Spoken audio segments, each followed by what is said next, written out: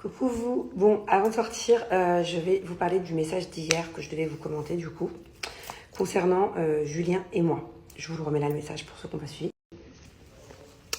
Donc en fait, il y a deux choses sur ce message. Déjà, qu'il ne faut pas que j'écoute les filles ou les personnes qui osent dire que le fait d'avoir pardonné Julien, le fait de me remettre avec Julien, une fois qu'on traverse une grosse crise, que je n'ai pas de dignité. Alors pour moi, après 8 ans de relation, il n'est pas question de dignité. On n'en est pas dans les premiers mois, fuis-moi je te suis-moi je te fuis, à faire la meuf, avoir de la dignité, de la fierté, non, en fait non. Pour moi la dignité, ce qui toucherait éventuellement à ma dignité, ou là où on pourrait me dire ça, c'est si éventuellement il y avait eu tromperie et encore. Et encore. Moi il y a des femmes que je connais qui ont vécu une tromperie en étant mariées, en ayant des enfants, et jamais je leur ai dit t'as pas de dignité de pardonner ton mari, en fait chacun fait comme il veut. Donc déjà, une fois que t'es maman, une fois que ça fait des années que t'es avec quelqu'un, je trouve que c'est compliqué de juger la dignité de la personne, déjà de base, parce qu'on est toutes différentes et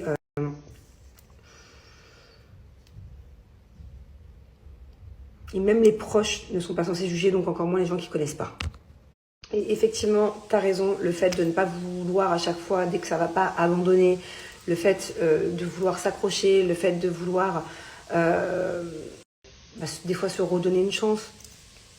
On a vécu la plus grosse tempête qu'on a vécue, je dirais, c'était il y a 2-3 ans, quand on avait fait la psychothérapie de couple. Là, on vient de vivre, c'est toujours à peu près la même raison, de toutes les manières. Mais là, on vient de vivre encore une sacrée tempête. Et en fait, non seulement je regrette pas de redonner une chance, de pardonner, du moins de m'accrocher, d'essayer de sauver voilà, mon mariage, parce que vous savez, c'est beaucoup plus dur de s'accrocher et de faire ce qu'on fait que de quitter quelqu'un. C'est beaucoup plus facile limite de quitter quelqu'un. Donc ouais, effectivement, j'ai rien à regretter. Et une autre chose que je ne regrette pas, c'est de m'être exprimée sur le sujet. C'est d'être transparente avec vous, c'est de vous dire quand ça va, quand ça va pas. De toute façon, même si je vous le dis pas, ça se voit. Je suis quelqu'un, ça se voit direct quand je suis dans un bon mood ou dans un pas bon mood, quand je suis très épanouie ou quand je suis moins heureuse. Donc je regrette absolument pas non plus de vous dire quand c'est des hauts, quand c'est des bas. C'est la vie. Voilà, je ne vais pas toujours vous dire quand c'est tout beau, tout rose. Non, en fait. Et je réalise, plus les années passent et plus on est proche, et plus je réalise en fait que je ne suis pas la seule dans ce cas-là.